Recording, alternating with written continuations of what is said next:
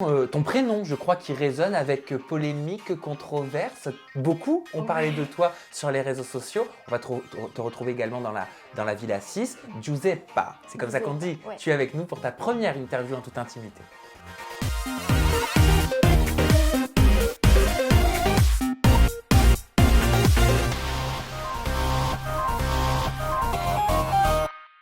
Giuseppa, je le prononce bien? Ça va, ouais.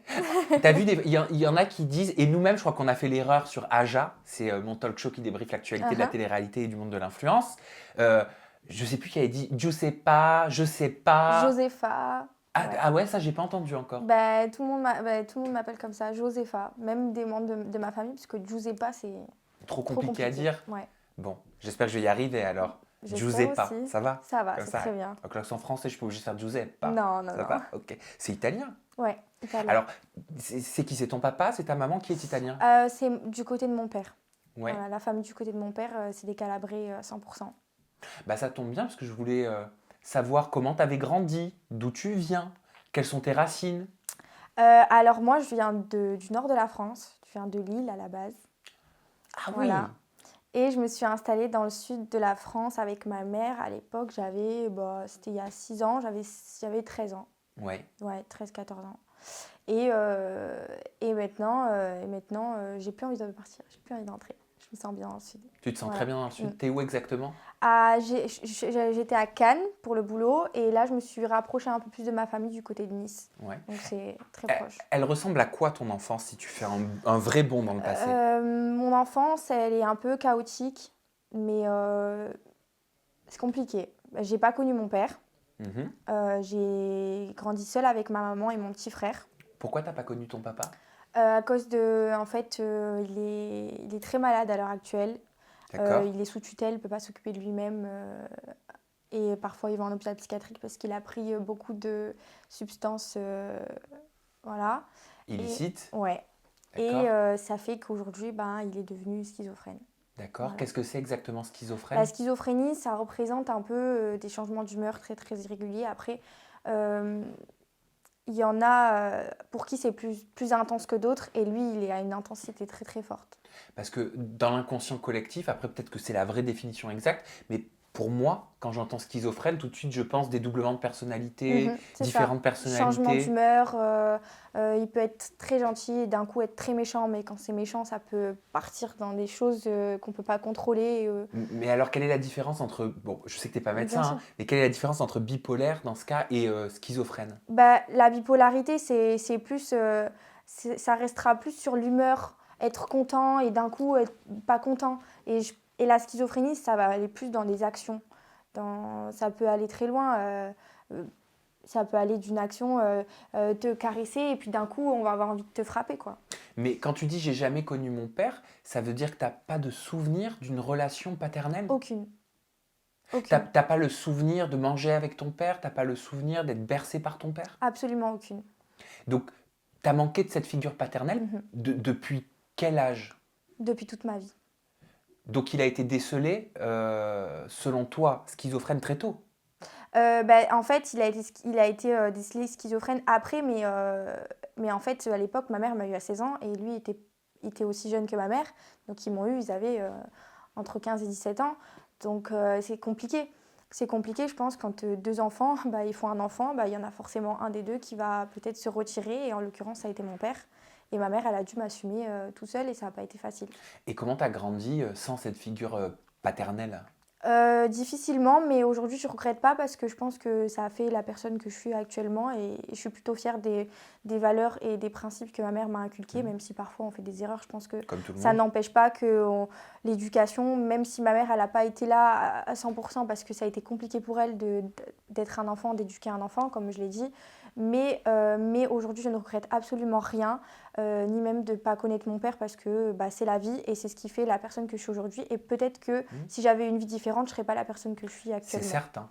Mais pourquoi tu dis difficilement? Est-ce qu'il y a eu un moment donné quand même dans ton enfance ou dans ton adolescence où tu ressentais un manque? Est-ce que tu as déjà fait des démarches pour le Bien sûr. rencontrer? Et dans quel état d'esprit tu es aujourd'hui maintenant que tu es une femme? En fait, Ce qui est difficile pour moi, c'est encore actuellement, j'ai énormément de souffrance parce que quand on voit toute sa famille, sa mère réussir difficilement, on a toujours l'impression en fait, que le chemin qu'on a vu autour de soi, on va reproduire la même chose. Voilà, ma mère, elle n'a pas forcément réussi sa vie.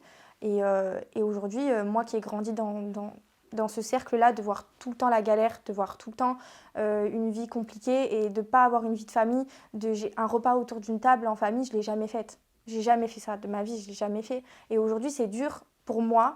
C'est une phobie, c'est quelque chose qui m'empêche des fois de dormir la nuit, de me dire, est-ce que je vais réussir vraiment, moi, à construire ma vie, à avoir une maison, être propriétaire, parce que ma mère, elle n'est pas propriétaire, elle n'a pas réussi. Parce que tu as manqué d'exemples. C'est ça. Tout ce que j'ai eu autour de moi, c'était pas négatif, mais c'était pas positif. C'est pas un exemple pour un enfant. Et en fait, quand on grandit dans ça, on a toujours l'impression qu'on va reproduire la même chose. Et moi, ça me fait peur en permanence, tout le temps. Mais ça veut dire que tout ce que tu as obtenu, tu l'as obtenu par toi-même. Tout ce que tu as fait, personne t'a aidé, si je comprends bien. Et ma mère le confirmera toute ma vie. C'est la première, ma mère, qui me dit aujourd'hui, tu n'as besoin de personne. Donc tu as commencé à travailler très tôt. Très très tôt, j'avais 13 ans. À 13 ans, je gagnais un salaire au-dessus du SMIC. Et à ce moment-là, à 13 ans, tu te dis quoi quand tu travailles, quand tu n'es pas à l'école? Tu n'étais pas à l'école, non, donc. J'étais dans mon élément. Pour moi, c'était normal. J'avais tellement grandi plus vite que mon âge que pour moi, c'était normal. J'avais aucun problème. Moi, j'avais aucun problème avec l'autorité qu'on me donne au travail. Au contraire, ça me faisait avancer. Même si des fois, c'était compliqué, ça me faisait avancer et ça m'a aidé à apprendre plein de choses. Aujourd'hui, j'ai 20 ans. Et je peux remercier tout le parcours que j'ai eu, même les moments les plus difficiles de ma vie, parce que aujourd'hui, je peux partir à la guerre. Et tu n'as jamais eu la sensation de pas qu'on t'ait volé un petit peu malgré toi ton adolescence, ton enfance, de ne pas avoir pu profiter comme les copines, de ne pas avoir eu l'insouciance des copines? Et je pense que c'est aussi pour ça qu'aujourd'hui, je fais encore des erreurs. Parce que je ne sais pas dans quelle optique être, dans le sens où j'ai eu un passé qui m'a poussée à grandir plus vite que mon âge, mais d'un côté, je n'ai pas vécu ma jeunesse. Donc parfois, ça n'aide pas, parce qu'on ne sait pas ce qu'on veut. On a envie de faire des enfants, on a envie de se marier très vite parce qu'on a peur de ne pas le faire. Et puis il y a un autre moment où on va se dire, mais attends, j'ai que 20 ans, je ne me suis pas amusée dans ma vie, comment je vais faire? Et donc je suis toujours perdue entre le fait que j'ai envie d'être sérieuse et j'ai envie d'être en couple et de créer un avenir très vite, mais il y a autre chose qui me dit, Jou, construis-toi d'abord. Construis-toi d'abord toute seule et va plus loin et va encore plus haut. Et après, fais quelque chose. Et c'est toujours ça. J'ai toujours deux côtés où je suis perdue, tout le temps. Et aujourd'hui, tu t'es trouvé un peu plus ou tu es encore avec un gros point d'interrogation? Non, moi, j'ai aucun problème à dire qu'aujourd'hui, je suis encore à un stade de ma vie où je suis encore perdue. Mais c'est de par mon âge. Et qu'on peut grandir très vite dans la tête, mais la vie ne te permet pas d'accomplir à des choses... parce que tu as traversé des périodes difficiles. Pour moi, non, j'essaye tout le temps d'aller plus vite, trop loin, mais ça, c'est pas possible, parce qu'après, je me perds et je me casse la gueule. Pour parler maintenant du parcours influence, réseaux sociaux, télé, est-ce que tu peux nous recontextualiser, nous faire l'historique Qui t'a appelé pour quel tournage? À quel moment tu as rencontré Ilan? Alors, j'étais à l'Annexe, je travaillais à l'Annexe Beach à Cannes. Et j'ai reçu énormément de personnes de télé-réalité. Et à l'époque, il y avait aussi des casteurs qui passaient, je pense. On est tombé sur mon Instagram. On m'a contacté sur Instagram pour me dire « Salut, est-ce que tu veux faire un tournage par hasard machin ?» Moi, j'étais un peu perplexe parce qu'on m'avait déjà contacté quand j'avais 18 ans. Et j'avais pas refusé, mais j'avais pas rappelé parce que je m'estimais beaucoup trop jeune pour rentrer dans le milieu. Et ça faisait déjà la 3e fois. Donc je me suis dit, à un moment donné, peut-être que si ça te revient, peut-être qu'il faut que tu prennes la perche qu'on te tend et essayer. C'est une expérience. T'es jeune, essaye. Et du coup, j'ai passé le casting, tout s'est très bien passé. J'ai rencontré la production, je me suis sentie en confiance et puis je me suis dit, fonce, t'as que 20 ans, fonce. Voilà. Et Ilan, il arrive quand dans l'histoire? Ilan, il arrive après mon tournage. Tu te souviens comment vous vous êtes rencontrés? Alors en fait c'est très très bizarre parce que Ilan je l'ai rencontré la toute première fois en allant rencontrer ma production avant le tournage à l'aéroport de Nice. Il partait sur le cross et moi je redescendais de Paris et on s'est croisés en fait d'un trottoir l'un en face de l'autre et on s'est regardé l'air de se dire ouais, toi t'es beau, moi je suis belle, tu vois. Et du coup, plus jamais on s'est parlé, enfin on s'est pas du tout parlé en fait, ça a été juste un regard. Je suis montée dans mon taxi et plus rien. Et quand je suis allée à la villa, en fait, il est tombé sur un article de moi et il m'a reconnue. Et du coup, il m'a envoyé un message. Il m'a dit, mais c'est toi à l'aéroport, je t'ai vu quelque part et tout, tu me dis quelque chose. Et c'est parti de là. C'est marrant. Ouais. Et comment ça s'est fait? Comment tu qualifierais le début de votre relation? Je le qualifierais comme, pour moi, une évidence. Ouais. Ouais, pour moi, il fallait que l'un et l'autre, on se rencontre. Même si aujourd'hui, ça s'est mal terminé. Je pense que dans la vie, tout est écrit et qu'il fallait qu'on se rencontre Donc et qu'on vive une histoire tous les deux. C'était un coup de foudre mutuel. Ah oui, c'est ça, personne ne pourra nous l'enlever. Et tout est allé très vite. Trop vite, beaucoup trop vite. Vous avez vécu ensemble rapidement aussi. Ben, en fait, je suis venue chez lui à la base 2 jours et je suis plus jamais rentrée. Plus jamais partie, plus jamais partie. On n'avait plus envie de se décoller l'un l'autre. Et à quoi ressemblait votre quotidien? Parce que c'est pas courant de rencontrer quelqu'un, d'avoir un coup de foudre. D'ailleurs, c'est pas pour rien que ça reste un fantasme, le coup de foudre, parce que c'est pas quelque chose de commun. sûr. Et en plus de vivre tout de suite avec, c'est pas comme ça que ça se passe normalement, Normalement, même non. s'il n'y a pas de normes. Ça, toi, tu l'as vécu comment? Moi, je l'ai pas mal vécu, mais ce qui a été dur pour moi, c'est que j'ai tout quitté. En fait, j'avais prévu de retourner travailler à l'annexe malgré que j'avais fait un tournage. Du coup, j'ai stoppé tout à l'annexe de mon travail. J'ai laissé mon appartement, j'ai quitté mes amis, j'ai quitté ma famille, puisque forcément, il était à Lyon et moi à Cannes. Et c'est ça qui a été compliqué. Mais en fait, je me sentais bien. On était bien. On était tout le temps enfermés, parce qu'il y avait le confinement qui nous obligeait. Mais le temps, il passait comme des secondes. On était miroirs. Vraiment, l'impression, des fois, on se dit on est des âmes sœurs. Parce que lui et moi, on était les mêmes. Vraiment les mêmes. On pouvait... il allait aux toilettes, il me manquait et c'était réciproque. C'était trop bizarre. Donc, j'imagine que vous vous êtes dit je t'aime très rapidement. Très, très rapidement, ouais. Au bout de combien de temps? Je ne saurais pas te dire, mais c'est lui qui me l'a dit en premier. Mais c'était très, très rapide. Dans les premières semaines, enfin, premiers jours de la première semaine. Il est comment, Ilan, dans l'intimité, hors caméra, hors réseaux sociaux? Est-ce qu'il est vraiment Non, comme on le voit tout le temps sur les réseaux? Je ne peux pas cracher sur ça. J'ai vécu avec lui pendant 2 mois. C'est quelqu'un de très respectueux. Moi, je pense qu'il est juste perdu parce qu'il a son travail. Du coup, les réseaux sociaux, le show, le machin, le truc. Et parfois, il ne sait plus ce qu'il veut. Mais Parce c'est que aussi une phase Ilan, de sa personnalité. Oui, c'est une phase de sa personnalité, mais qui s'est créée. Il n'a pas grandi comme ça. Il s'est créé cette personnalité parce qu'il est rentré dans ce monde-là. Mais il y a une partie de lui qui est très naturelle et très très bonne. Il a une très très bonne personnalité au fond de lui, malgré ce qu'il parfois on peut penser. Moi, je pense que même les erreurs qu'il a faites dans sa vie, il les a faites à cause de cet engrenage qui s'est mis de show, de machin, de trucs, et il ne se rend pas compte qu'il peut faire du mal. Et quand il a fait une erreur avec moi dans les débuts de notre relation, je lui en ai énormément voulu et ça a été très très dur pour moi à passer à autre chose, même dans l'intimité. Il n'a pas été dans la coucherie, ça a été sur les réseaux sociaux, des messages. J'ai reçu mon adresse, on m'a envoyé mon adresse de là où je vivais avec lui pour me dire, Ilan, il m'a envoyé son adresse, il voulait que je passe la nuit avec lui ce soir et tout. Et ça a été dur. Mais avec le recul, j'arrive pas à lui en vouloir parce que, je sais pas, c'était les débuts et puis je sais qu'il était sincère. Malgré qu'il fait... Je sais pas comment expliquer, je sais qu'il était sincère, malgré qu'il ait eu envie de faire de la connerie, il n'a pas été au bout. Et après ça, moi, je lui dis, toi et moi, c'est fini. Mais à vie, c'est terminé. Mais c'est marrant parce que, tu me dis si je me trompe, je crois que c'est le confinement qui vous a réunis malgré vous, parce que vous avez passé beaucoup de temps tout de suite ensemble, collés, sans sortir. Mais c'est aussi le confinement qui vous a désunis. Aussi, bien sûr. À cause d'un live. Ouais. Est-ce qu'on peut dire que c'est à cause de ce live? Est-ce que tu peux nous expliquer le contenu de ce live, ce qui s'est exactement passé, ce que vous vous êtes reproché? En fait, à la base, les live tentations, j'étais totalement contre. mais D'accord. totalement contre. C'était avec Mila aussi, hein? Oui, il y avait Mila. Et j'étais totalement contre, sauf qu'après, Ilan me parlait, me disait t'inquiète, tu verras, ça devient aussi ton travail. Voilà, les réseaux sociaux, parce qu'il faut savoir que quand je me suis mise avec Ilan, je n'étais pas sur les réseaux sociaux et c'est lui qui m'y a intégré et qui m'a appris justement à tout faire ça. Et d'ailleurs, c'est pour ça que je ne cracherai pas sur ça, parce qu'aujourd'hui, il m'a apporté quelque chose. Et les live tentations, j'étais totalement contre. J'ai dit ça va dénigrer notre relation et on va donner l'opportunité aux gens de nous salir. Et je ne veux pas ça. J'ai pas besoin de ça. Mais il m'a fait comprendre, c'est mon travail. Voilà, c'est ce qui nous fait vivre. C'est ce que j'aime, clairement. Et ça n'empêche pas que je t'aime fort. Mais on va le faire et on va s'amuser.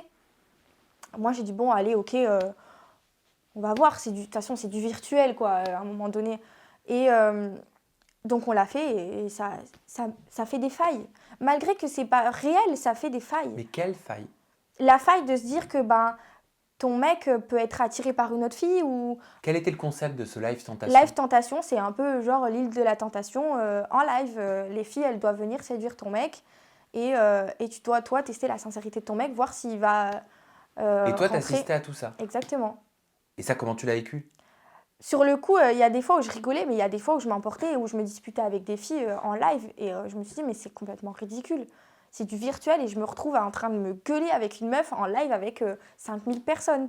Donc je ne crache pas sur ça, mais à un moment donné, voilà, ça a fait des failles. Même si j'ai accepté, je sais qu'au fond, toutes ces choses, c'était un petit truc plus un petit truc à créer des failles dans notre couple. Et voilà. Parce qu'Ilan, il a dit, j'ai voulu faire un peu le con en live et elle l'a mal pris à cause de certaines histoires. Est-ce que toi aussi, tu dirais un peu le con? Est-ce que c'était si grave que ça? C'est par rapport au fait qu'il avait parlé de Vivi en live. Il avait dit de toute façon, parce que moi il me disait Vivi non t'inquiète, je m'en fous, Vivi c'est du passé et tout.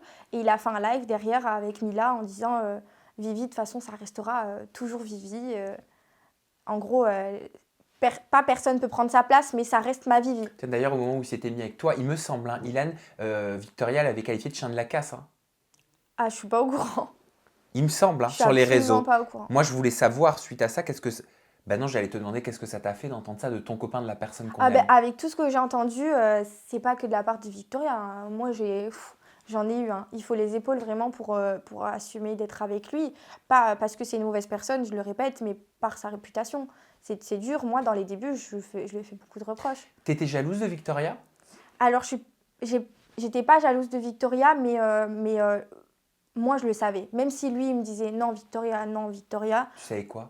Je savais qu'il avait eu un truc pour elle. Parce qu'ils se ressemblent aussi énormément. Et quand j'ai vu la diffusion, ça m'a arraché le cœur. Et j'ai pleuré quand j'ai vu leur... comment ça s'appelle? Ils ont fait un truc de tatouage avec la prod des Marseillais. Et ils Ouais. étaient tous ensemble. Ils se sont retrouvés là-bas. Et moi et Ilan, on était déjà ensemble. Et j'ai beaucoup pleuré quand j'ai vu qu'ils se regardaient. Il y avait quelque chose qui se passait. Il lui a dit qu'il avait toujours des sentiments pour elle malgré qu'il était avec moi. Et je voyais aussi elle dans ses yeux que d'une partie, même si elle ne le voulait plus et qu'elle ne voulait plus être avec lui, elle était quand même rattachée à quelque chose de par la relation qu'ils ont vécue. Et c'est toujours dur, même si c'est pas de la jalousie, c'est toujours dur de se dire que une fille a peut-être plus compté que toi et tu sais pas vraiment est-ce qu'elle a plus compté que moi et pourquoi elle et pourquoi moi et pas elle. C'est surtout ça. Et je suis pas quelqu'un qui me valorise au-dessus des autres. Victoria et moi, on est complètement différentes, mais ça n'empêche pas qu'elle aurait plus plaire à Ilan que moi. Qu'est-ce que tu penses d'elle? Ce que je pense d'elle, moi, je pense que c'est une gentille fille. Avec du recul, j'ai rien contre elle. Franchement, au final, elle y est pour rien. Je peux pas dire Victoria. Non, c'est une gentille fille. Maintenant, j'ai aucun avis sur elle parce que je ne la connais pas. Mais de ce que je vois, pour moi, c'est pas une mauvaise personne. Elle ne fait de mal à personne. Elle est dans sa vie et puis elle fait chier personne en soi. En parlant de Victoria, après ce fameux live-là, t'es partie et tu as posté sur les réseaux sociaux, en colère, je pense, une photo avec la Ferrari d'Ilan en arrière-plan, donc que tu conduisais, et tu portais le t-shirt de Victoria. Tu l'as tagué aussi. Qu'est-ce que ça voulait dire? En fait, c'était pas une blague, mais je voulais un peu piquer parce que j'étais piquée et je réagis comme une enfant. Mais où t'as trouvé ces affaires de Victoria pour faire cette photo? En fait, dans le début de ma relation, Ilan m'a prêté un t-shirt. parce que j'avais besoin d'un t-shirt, parce que j'avais pas d'affaires. Comme j'ai dit, je me suis installée chez lui pendant 2 jours, je devais rester. Finalement, je suis restée sur le long terme. Je me suis retrouvée pendant un moment sans vêtements. Et il m'a dit, tiens, j'ai un t-shirt et tout. Et moi, je me suis pas posé la question de savoir à qui c'est ou pas à qui c'est. Et il m'a dit, et en fait, quelques temps plus tard, j'ai appris que c'était le t-shirt de Victoria. Comment tu l'as appris qu'il te prête le t-shirt de son ex? Il me l'a dit en faisant une story. Il faisait une story comme ça et il m'a dit, bébé, il faut que je te dise un truc et tout. Et moi, je dis, bah, qu'est-ce qu'il y a? Le t-shirt que tu as mis aujourd'hui, c'est le t-shirt à Victoria. Et je pense qu'elle aussi l'a très mal pris d'ailleurs. Toi, tu l'as mal pris? Moi, je suis très vaste. Puis on était ensemble depuis quelques jours, j'étais très vaste et je l'ai pris à la rigolade.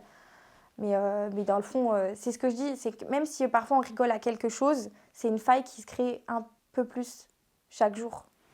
Dans une autre story, Ilan te demande si tu es enceinte et tu réponds bah je sais pas, je ne m'avance pas pour l'instant mais je ne me sens pas très bien en ce moment. Je vais te poser la question clairement, est-ce que tu es tombée enceinte d'Ilan? Absolument pas. Non.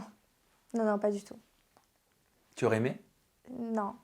Non, parce que même si j'étais très bien avec lui, c'est beaucoup trop tôt et je suis encore trop jeune.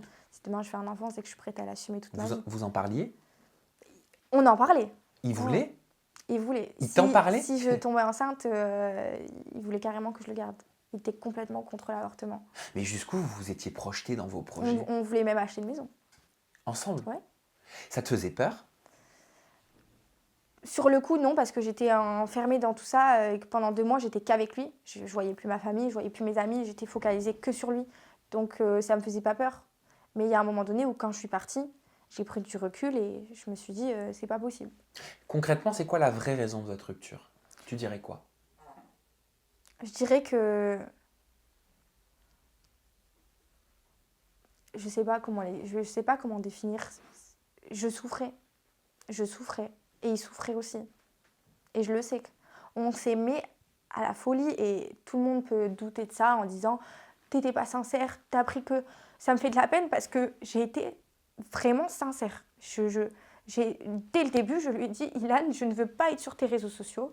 J'avais 2000 abonnés sur Insta, j'ai rien demandé à personne. Et c'est lui qui m'a imposé, qui me disait mais non, on va faire ça, t'inquiète, tu vas faire ça, tu vas faire ça. Et il voulait me mettre en haut. Et je lui ai jamais rien demandé.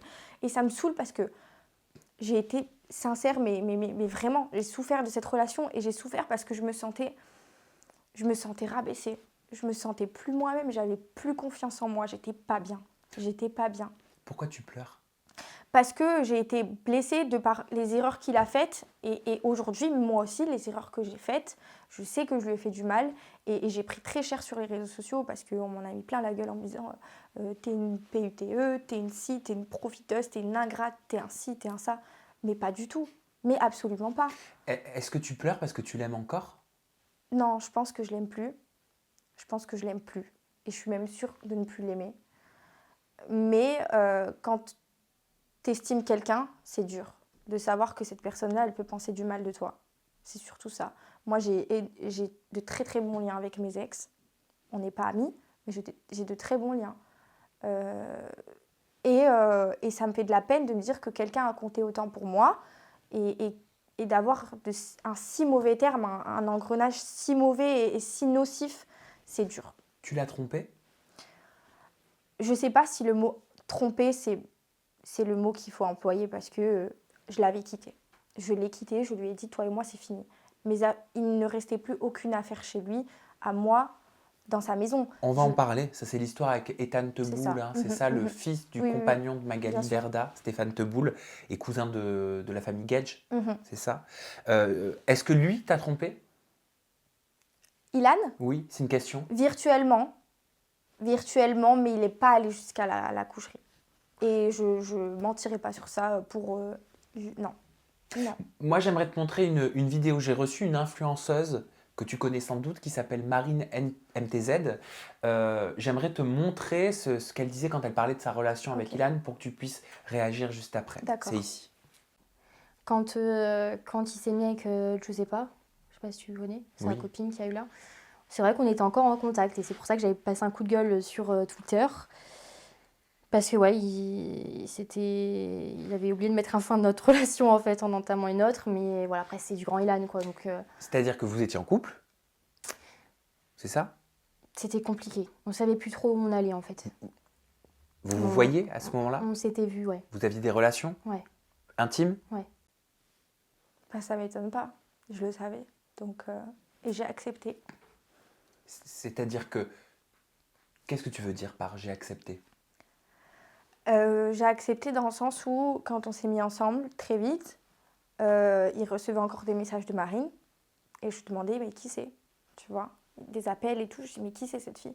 C'est mon ex qui veut pas me lâcher et tout. Et Marine m'avait envoyé des messages sur Insta, auxquels j'ai pas pu donner suite ou savoir quelque chose, puisqu'il l'a bloqué. Et du coup, je savais qu'il n'avait pas encore mis un terme à cette relation quand il s'est mis avec moi. Je le savais. Mais vu qu'il a fini par le faire et il s'est, entre guillemets, rangé et il s'est mis avec moi sérieusement, bah, je me suis dit, c'est bon. Puis c'est pas facile toujours de tourner la page sur une relation directement et tout. Donc je me suis mise à sa place. Et j'ai dit, bon, ok, je te fais confiance. Je te fais confiance. Je pense que tu es quelqu'un de bien. Je lui ai dit, je pense que tu es quelqu'un de bien et que tu es capable de changer. Parce qu'au fond de toi, tu as envie de te construire. Et je le sais. Vous avez parlé toutes les deux avec Marine MTZ? Il n'y a pas très longtemps. Là, il y a peut-être un peu plus d'une semaine. Vous vous êtes dit quoi?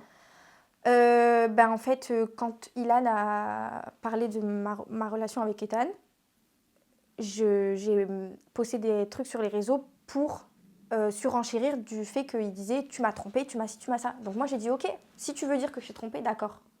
Mais toi, tu te rends compte de tout ce que j'ai accepté. J'ai accepté ça. Et j'ai mis une capture d'écran de Marine qui m'a envoyé un message qui m'a dit tu sais pas dans quoi tu t'embarques.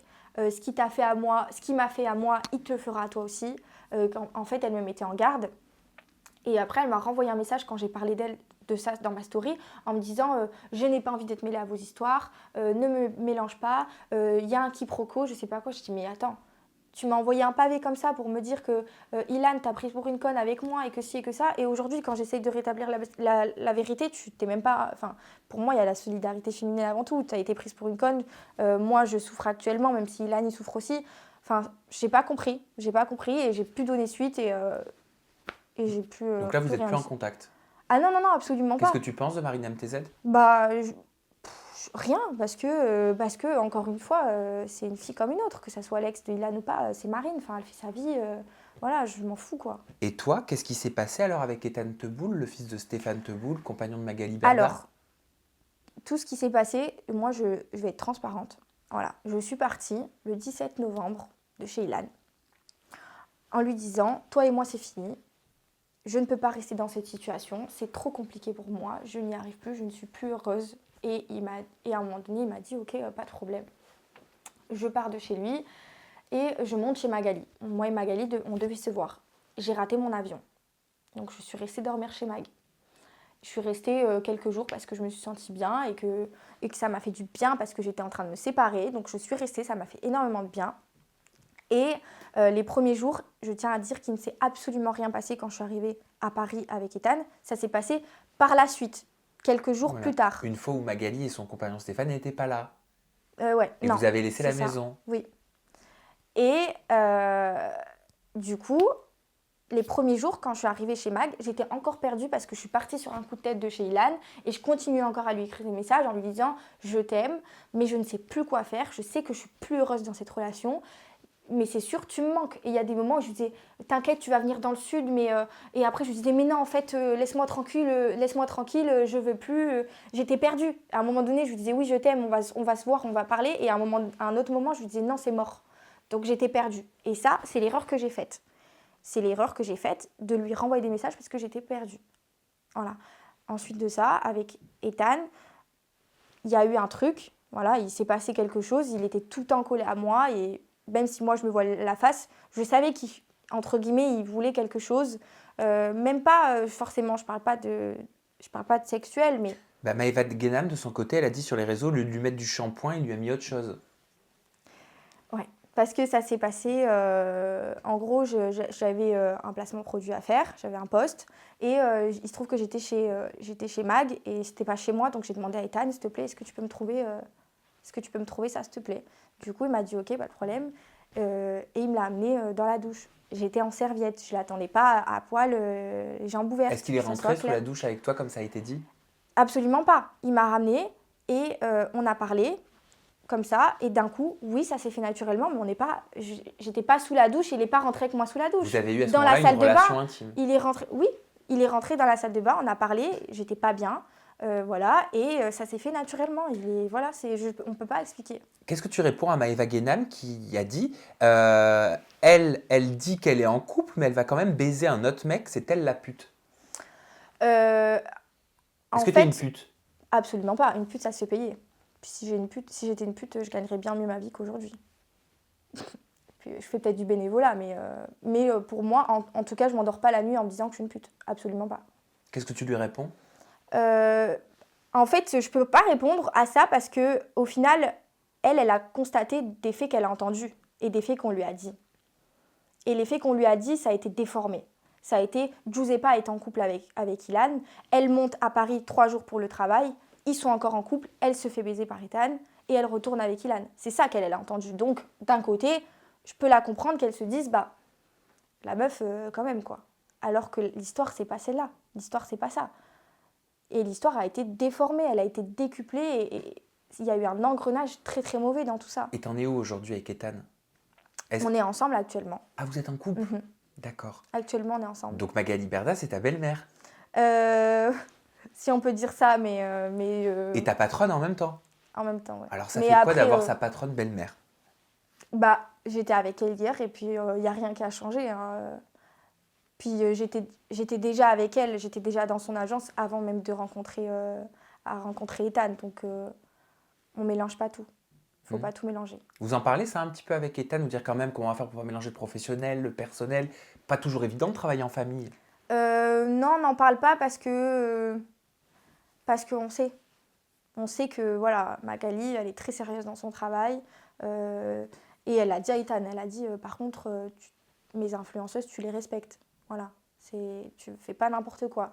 Je veux bien que tu fasses quelque chose, si c'est sérieux, mais si c'est pour la prendre pour une débile alors qu'elle s'est mis le monde à dos pour toi, laisse tomber. Il lui a dit non, je suis capable de faire la part des choses, je suis très bien avec elle, donc tout le monde a accepté. Mais aujourd'hui, le travail, c'est le travail, et ce qui se passe dans ma relation avec Ethan, c'est autre chose. Vous êtes en couple depuis combien de temps maintenant? Bah, ça va faire peut-être, depuis que ça s'est passé, je sais pas, tout est passé tellement vite, je sais pas, quelques semaines.